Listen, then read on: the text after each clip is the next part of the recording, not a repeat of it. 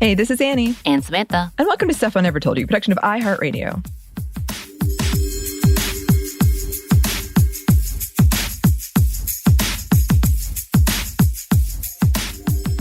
And welcome to another edition of our Feminist Movie Friday. This is, we're interrupting our religious series, but it will be back. There's so much more to go over. We were just talking about it. There's so much more, but because of the intensity and so much research, we just need breaks every now and again because it's a lot. Yes. And we imagine you listeners do too. Yes. Yes. And that's actually in keeping with the movie that we chose, which is Boy Meets Girl. But a brief content warning for discussion around self-harm, disordered eating. I don't think we really talk about it, but it's mentioned in the movie, so I just put it down. Some problematic language. But we are, because of the continued attacks on the trans community, we wanted to pick a movie about trans people with trans people in it. And this one came up a lot because, as we'll get into in the themes a bit more, a lot of people said, you know, this one was a nice one because it has like a happy ending. It's not about sad things. It's just kind of a rom-com. It's got its serious moments for sure. But it wasn't like this super heavy thing that a lot of movies about trans people are. So I had never heard of it. I really enjoyed it. Yeah. I think, it's one of those things where you see a lot of queer movies being very sympathy porn. It's, you know, the idea that we have to live the horrors, like queer people live horrors, and that's the only thing we want to know about them. And instead of that, we get to celebrate a coming of age story, sort of, for the main character. It's very quick, so the plot goes so quickly that I was like, wait, what? That was fast. What is that? So that was one of the things that did kind of get me, that I was like, 2 days in, damn. Okay. You know what? Maybe I just wasn't adventurous enough in life. Maybe. We will talk about that too. And I did love because it is based in Kentucky. It's based in the South, and it's got like a small town element. And I know we'll talk about that a little bit later, but I was like, yeah, I can relate to a lot of this. I can relate. And also, if like it's a bit messier throughout the plot, it's because I couldn't find, normally I have like a written up plot that I have up as I watch it, and it helps me kind of make sure I don't miss any threads. I couldn't find that for this one. So this is like a lot of us just talking it through. That's the way I like it anyway. This is my style. Let's go. We will say, if you do want to watch it, it is on Amazon Prime right now. It is. Yes, it is. Okay. So Boy Meets Girl is a 2014 indie rom-com drama directed by Eric Schaefer. When it came out, it was fairly well reviewed. And like I said, it did come up on a lot of lists when I was looking up what movies we should watch this month. And it came up in terms of what I was saying, like important movies about trans people, because there are harsh elements of it, but it's much lighter. The main character, who is trans, played by a trans woman, is very comfortable in herself and in her body. Like, that's not an issue. It doesn't shy away from transphobia, but it does call it out. Here's a good quote describing the vibe of this movie that I often saw when I was looking it up, and it's from Medium. The 2014 film gives trans people a romantic happy ending that mainstream film too often denies them. So yes, the article does go on to point, especially in Appalachia, that this happened in the South. Like, that's even more rare to see. Yes. It stars trans actress Michelle Henley as Ricky, a young trans woman living in small-town Kentucky. On her search for love, Schaefer discovered her on YouTube, which he went on to incorporate that into the film and sort of these YouTube clips we see. She works as a barista, but she has goals of moving to New York and going to school to study fashion design, which she has a YouTube channel about fashion design. She spends most of her free time hanging out with her friend mechanic Robbie, Michael Welch, which I'm told he was in Twilight. Yes, he was. Yes, he was. That's the only one I think. Oh, that and an episode of Criminal Minds. Those are the only things I think I've ever seen them in. You're welcome. He's like the most Southern boy, like accent, and he's the mechanic, like the whole thing. But the pair have been good friends for about 15 years. And they spend most of their days teasing each other in the way that good friends do. They have a lot of conversations about sex, about all those kinds of things that you have with your close friends. And Ricky is also close with her father and her younger brother as well. And enter Francesca, played by Alexandra Turshen, who Ricky meets at work. And from there, they become good friends very quickly. Very quickly. And then from there, a romantic relationship forms. Like meeting number 2, I was like, wow, okay, I guess. Sometimes it can be like that, right? Sometimes. Francesca develops feelings for Ricky, but Robbie is suspicious, believing her to be an untrustworthy, conservative, well-off Southern Belle type, who, by the way, thinks being trans is contagious. Well, I will say at the beginning, Robbie was like, try it. Maybe she's cool. Don't judge a book by the cover. But then I think she said the person she was getting engaged to, who they both knew. And that kind of was like, oh, no, don't date. Like there was suspicions after that. Right. However, that doesn't stop the two of them from falling for each other. But there are complications and confusion. First, neither have been with a woman, which was a fun conversation between Ricky and Robbie. Like, I turned red, but I'm like, you know what? This is a legitimate. I feel like this could be legitimate questions. Like it is. There's a lot of things that I'm like, this does feel like how it should go. And second, Francesca is engaged to a Marine who was stationed in Afghanistan named David. And apparently, yes, they all know each other. Yeah. And Ricky, we find out later, had a thing with him. They had sex, essentially. And as we were introduced to David, before we find that out, he is obviously playing that very Southern. He makes a comment about those Arabs at one point, and then calls Ricky some names that is inappropriate and rude and hateful. Yes. And in keeping with our religious miniseries we're doing, he refers to her as my virgin angel. Yeah, that made me squirm so hard. Oh, Me too. And he says one good thing about Arabs is saving themselves for marriage. So he's not a good guy. Not cool. Not cool at all.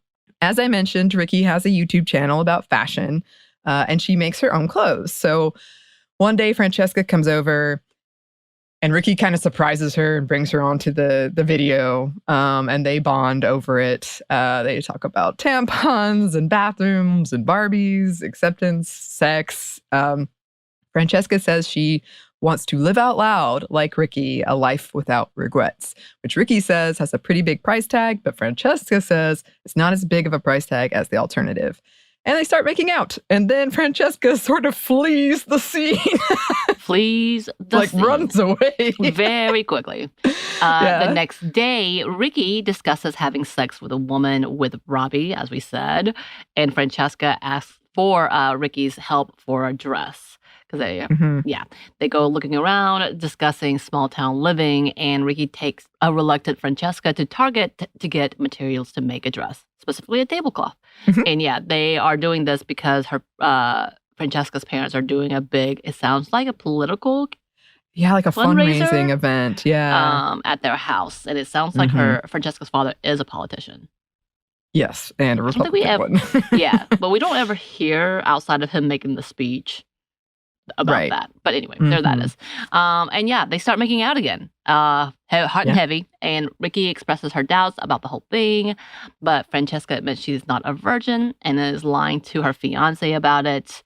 Ricky insists that they have to talk about sex, especially in regards to having sex as a trans person. And then also whether they're clean bill of health, using protection. They have sex and Francesca skips a call from her fiancé as they're just cuddling. Yes.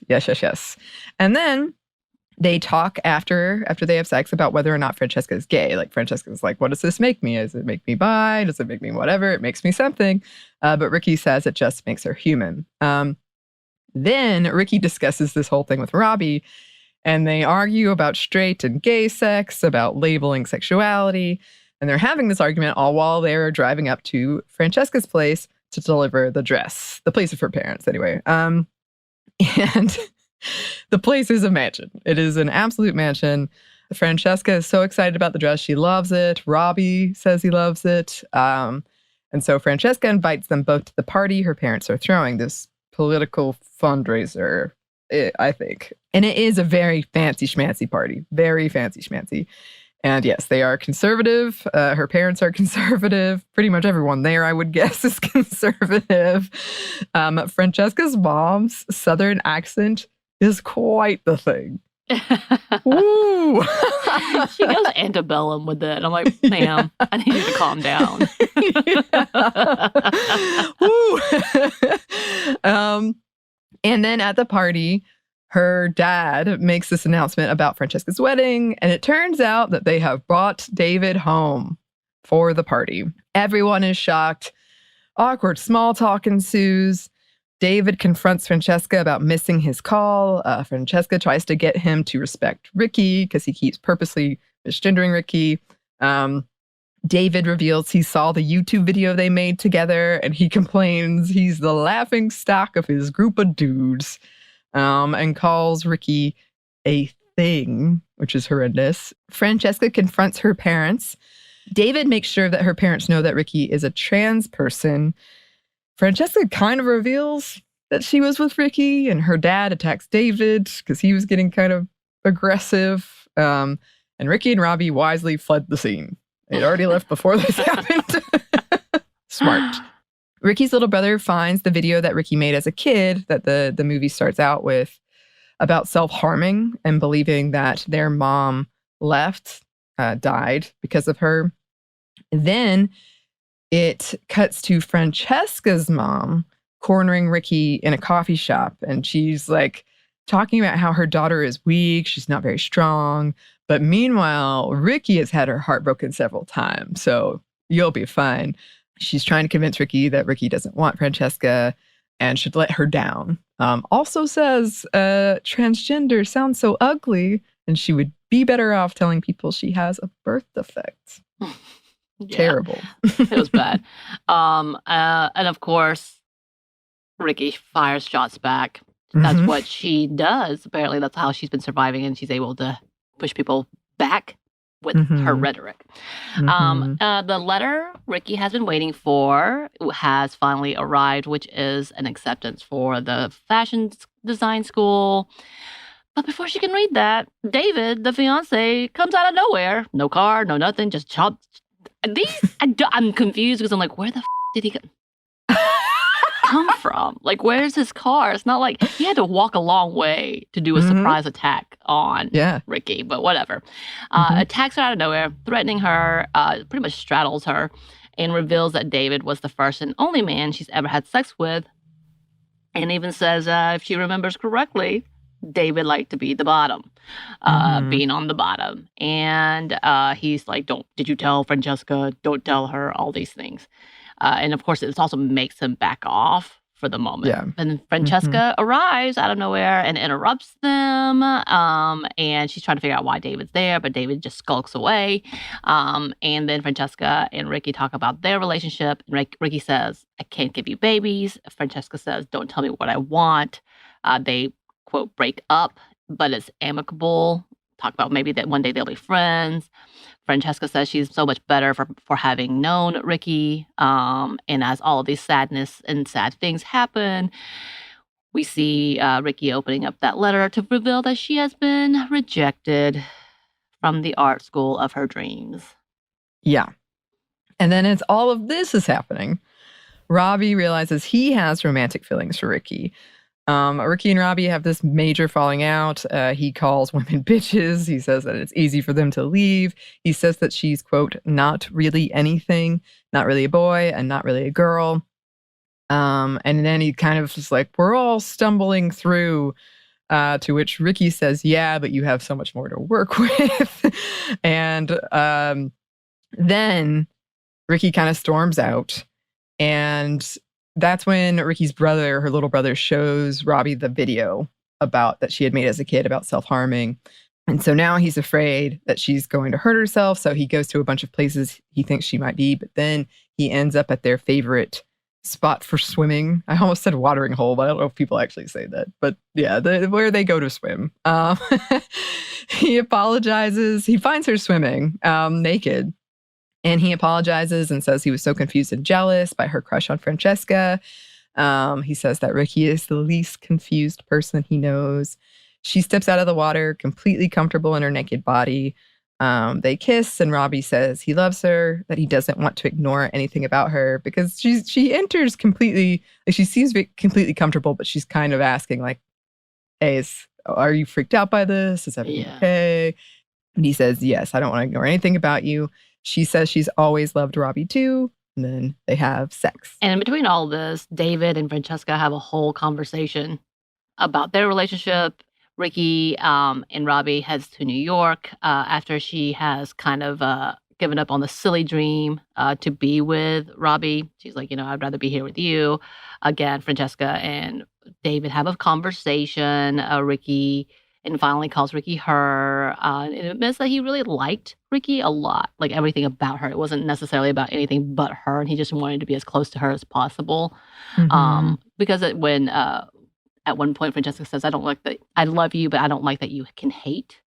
And then David goes on to admit that it wasn't hate for her, for Ricky. It was hate for himself because he had this layer of shame, but he sounded like he was trying to let it go.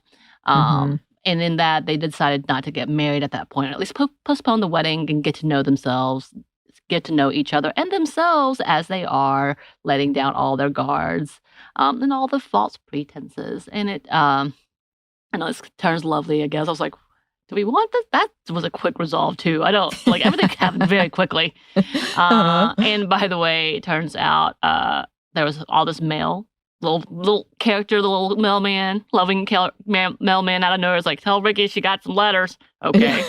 And then that's when Robbie acts kind of shy. It's like, hey, you need to go look at your letters, even though he's like, we need to leave. Oh, go check your letters. And it turns out that she had gotten a bunch of letters with a dollar bill, and that turned out her dress that she had made for Francesca got featured by a big YouTube influencer, and that there was a challenge to send Ricky money to help her get to New York because her designs were beautiful, and everybody to send $1. And we noticed that Francesca and David pop back up with, again, the mailman to deliver some extra letters. And when we say extra letters, we mean like 2 or 3 trash bags of letters with dollar bills in it. And then we go on to see that Ricky is packing up, and she and her dad have a conversation about her mom. And by the way, the dad is very supportive and very loving and all about her dream. And like, it's just so cute. And he tells her, that's not what happened. Get that out of your mind. Even though she said the words, you're perfect, my sweet boy, when Ricky was young, before I believe she came out, she would have never changed that sentiment about her. She would always thought Ricky was perfect no matter what.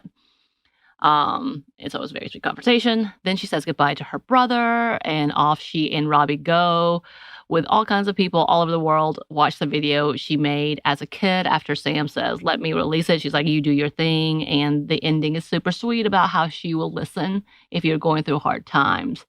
And also, I don't know where Robbie is driving her because they go through some woods. And I'm like, why would you be in the woods? Wouldn't you be on the interstate at this point? Where are you going, boy?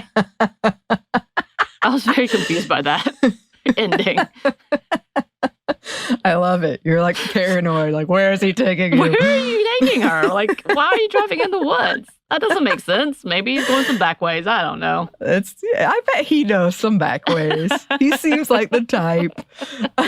But yes, what we know is they live happily together because Robbie has promised the dad that he would protect her always.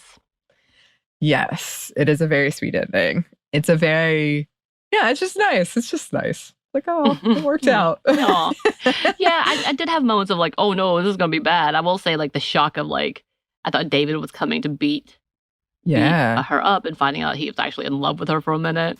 And I was like, oh, that's not where I saw that going. Yeah.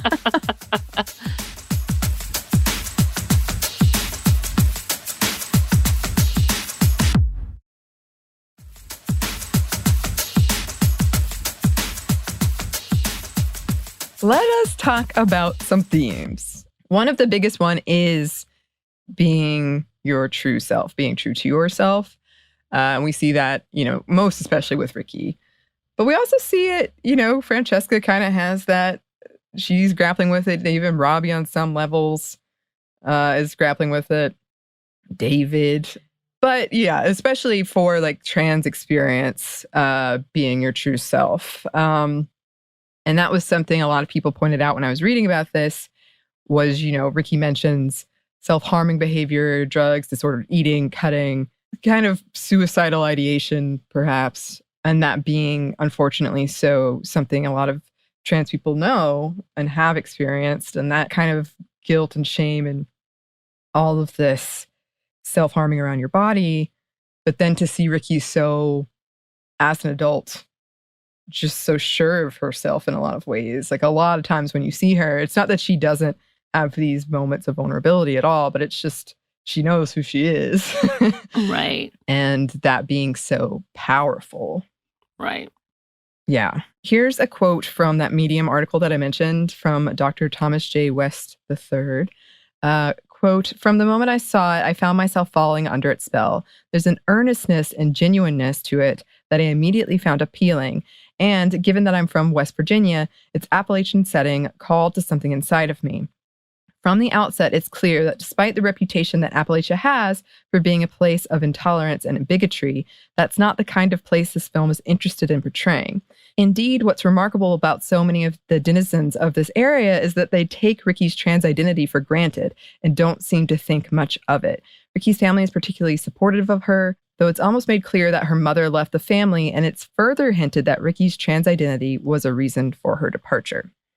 Yeah, I was trying to figure that part out. Did she die or did she leave?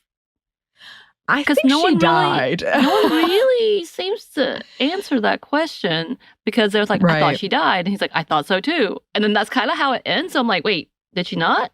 Did she leave? Yeah, I think she died. I'm pretty sure. Okay. But you're not the only one who's confused about it because I did see multiple kind of takes on it.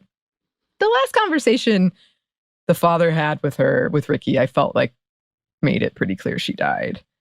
Or like he might have been like, she left not because of you. Oh, that's true. That's true. That's what I mean. Like either way, I was very confused. Either way, because I was like, is she alive? No, wait. I will say, I think I did find it interesting the way they did set it up in Kentucky, as if it was such a small town. They knew who she was, and they weren't messing with her. But it sounded like they built it based on she didn't take any crap. So they stopped messing with her, essentially, because they knew that they would have a fight. Kind of like the dude who flashed them. So she flashed him back. Yeah. And like, just like, I'm done with you. I'm not playing with you. This is what's going to happen. Okay, here we go. Type of conversation. As well as the fact when the boys all talked crap about her. And they were like, oh, she got boobs. Oh, we cool. We cool now. Like that's what it was doing. So I'm like, that's an interesting take to this. It was because I did read a lot of personal accounts of this movie, and a lot of people wrote that this rang true to them. And this is still problematic, but it rang true to them because a lot of people in those small towns, like maybe they aren't allies and they're support a lot of queer-phobic things, but if they know someone who is queer, then that person they like and will protect. Right. I mean, yeah, that is actually very true, especially like racial things. They talk in a conglomerate of people, but then when they meet with someone, they love them. I've talked about that with my own people. Like they talk racist trash, but then they meet people, marginalized people, and they're like, oh, hey, honey, come on in. Right. That's my Southern for you. Very good. I'm already pretty Southern, so add on a little bit thicker. I got this. Yes. But I did appreciate that it was set in kind of a small town in the South, and that we did see a lot of transphobic people, and especially her transphobic comments. Yeah. But that there was so much support. I think she makes a good point about her surrounding the people that support her on purpose so that you don't see that. Another thing I noticed as part of this was a lot of conversations about being a woman, especially like between Ricky and Robbie. when they're having that conversation about like gay sex versus straight sex and sexuality and all that stuff. There is a lot about that. There was a scene I found particularly moving where Ricky's little brother asked her, like, does that mean something's wrong with me that I like to play with like army men and not Barbies like you do? And it's just nice. Like they have a nice little bonding moment where she's like, no, you're perfect the way you are. It's nice. And then as you mentioned, there is that layer of internalized homophobia that we see particularly with David. But even in David and Francesca's relationship, that whole like lying about virginity, that purity culture thing we've been talking about, it is like over the top, you guys. Yeah. Yeah, but to be fair, so this is 2014 release. So this was filmed in 2012. Pretty prevalent still. It's prevalent today. So if you're in a small town boarding school with a very white conservative family, probably still an important thing. Oh, yeah. No. I didn't feel... I think it just kind of struck me because we are talking about it right now. I was like, whoa, here it is. Yeah. I will say I was also very surprised about the father reacting that way. And I was like, again, the year was 2014, 2012. So it wasn't quite Trump era. So people were not the extremists that we see today, or out loud anyway. Right. Yeah, I mean, it was, especially watching it now, I did have a lot of moments where I was like, uh-oh, I thought it was going to go way worse. Right. Well, this is Mitch McConnell's territory, so we know what he stands for and how he's leaning. So it doesn't feel genuine to be based in Kentucky, but I know this also was the same time as Paul Ryan was, and he was, compared to today, sort of a moderate. So I think that's where they were leaning, at the very least. I wonder what that movie would look like today. I'm sure it would not be as cute. Oh. Well, I hate that. Yeah. Anyway, back to the not so sadness. But yeah, it's interesting to see that this was based in Kentucky with a politician like that. And then like they didn't negate her womanhood until the mother came back around. Even still, she didn't. She said the word transgender was ugly, but she really didn't misgender her at any point. Yeah. Maybe I missed it. Well, yeah, no. Which is surprising. She didn't. She said some terrible things, but she didn't misgender her. Yeah. Because I think she was saying, like, transgender's so ugly and women are supposed to be pretty. Yeah. Yeah. But they had met her not knowing she was transgender, and they were like, oh, no, we love her. Like, and then David's like, oh, no. And I don't know. It was a mess.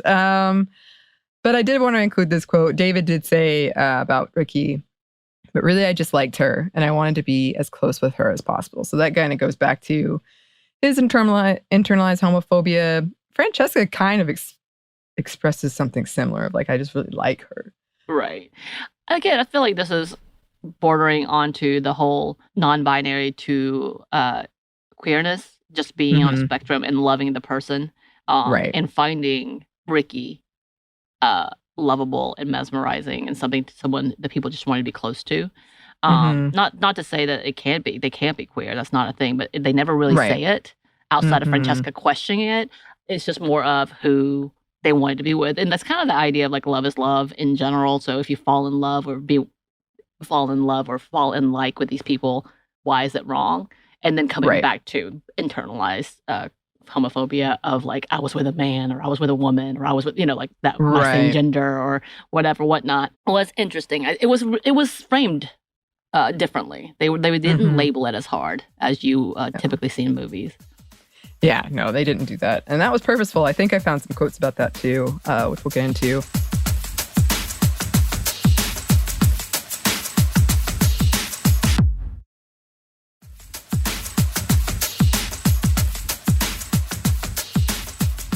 I did want to talk about, a lot of people wrote about how moved they were about the scene where Ricky comes out of the lake and is naked. So here's another quote from that Medium article. We aren't invited to fetishize Ricky's trans body. It simply exists. There is, I would argue, something subtly radical about this choice, since it normalizes Ricky and allows us to see her as a person rather than an othered body. It's also significant that Robbie doesn't see her as other and that, in fact, he loves her for who she is. Right. And here's Henley's words about the scene. I am so happy that the nude scenes have been received so well and not some gratuitous shock value sleaze shot. Eric let me know about the scene very early on, and maybe within the first couple of email exchanges, now that I think about it.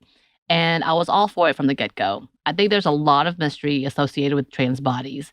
The general public does not understand what it is to be a transgender person, and our bodies are often fetishized as something taboo and strictly sexual. It was important to treat the scene delicately, and I want audiences to see a trans body for what it is. It's not monstrous. It's not threatening anyone. It's just there, and it's mine, and it's beautiful. Yeah, that's a really great quote. Yeah, it is. It is. And I think so much of that, it was a really powerful scene. And I think all of these words are so impactful. And that is something that really upsets me about current, especially hard conservative conversation around trans people, queer people at large, but trans people in specific, is that they're always sexualized and often not in a way, often in like a really harmful way. Mm-hmm. So I think that's really, really important. And I do love the part about, it's mine and it's beautiful. And that whole idea of not hating your body, not keeping it a secret, because that comes up pretty early on where Ricky is just kind of like, no, I don't keep it a secret. If people ask it, I'll tell them. Yeah. Yeah. Another thing I saw come up a lot when people were writing about this movie was sex positivity. That they felt it was a very sex positive movie. And there are a lot of conversations about sex in it. There's like conversations about the messiness of sex, just kind of how it works, what sex looks like for Ricky, who is transitioning. There's like conversation about commitment versus dick. There's so many conversations about dick and fingers. Yes, moisture. Which bad segue, but also like sexuality as fluid. That's something in there. And we've already talked about it a lot, but I did want to include the quote.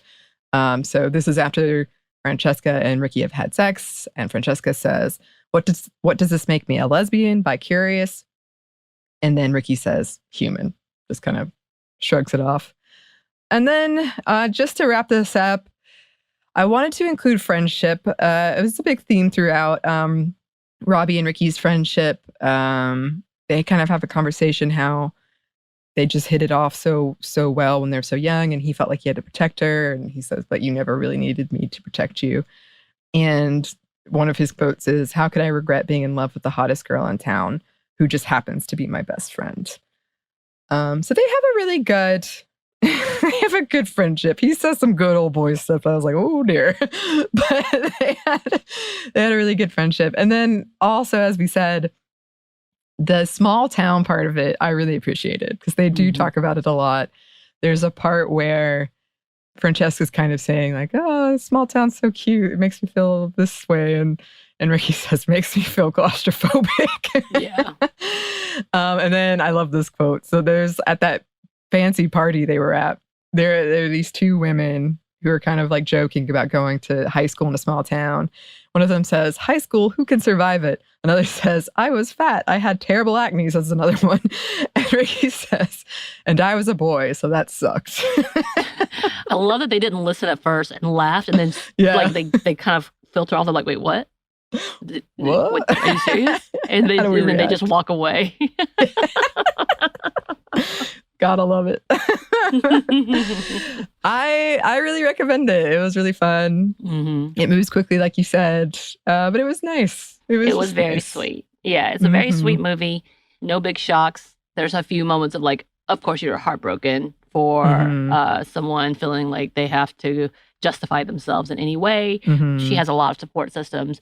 I will say Michael Welch did a great job. Like he was like, the best scene was him trying to describe sex with a woman. Like that was probably one of my favorite scenes because him being flustered was so legitimate. Yeah. It was cute. Yeah, it was. So we recommend it. Go check it out if you haven't seen it already. If you have any thoughts on it, we would love to hear them. And if you have any other suggestions for the segment, as always, you can email us at stuffmediamomstuff@iheartmedia.com. You can find us on Twitter at MomStuffPodcast or on Instagram and TikTok at Stuff Mom Never Told You. We're also on YouTube, and we have a book. You can pre-order it at stuffyoushouldreadbooks.com. Thanks, as always, to our super producer, Christina, our executive producer, Maya, and our contributor, Joey. Thank you all. And thanks to you for listening. Stuff I Never Told You is a production of iHeartRadio. For more podcasts from iHeartRadio, you can check out the iHeartRadio app, Apple Podcasts, or wherever you listen to your favorite shows.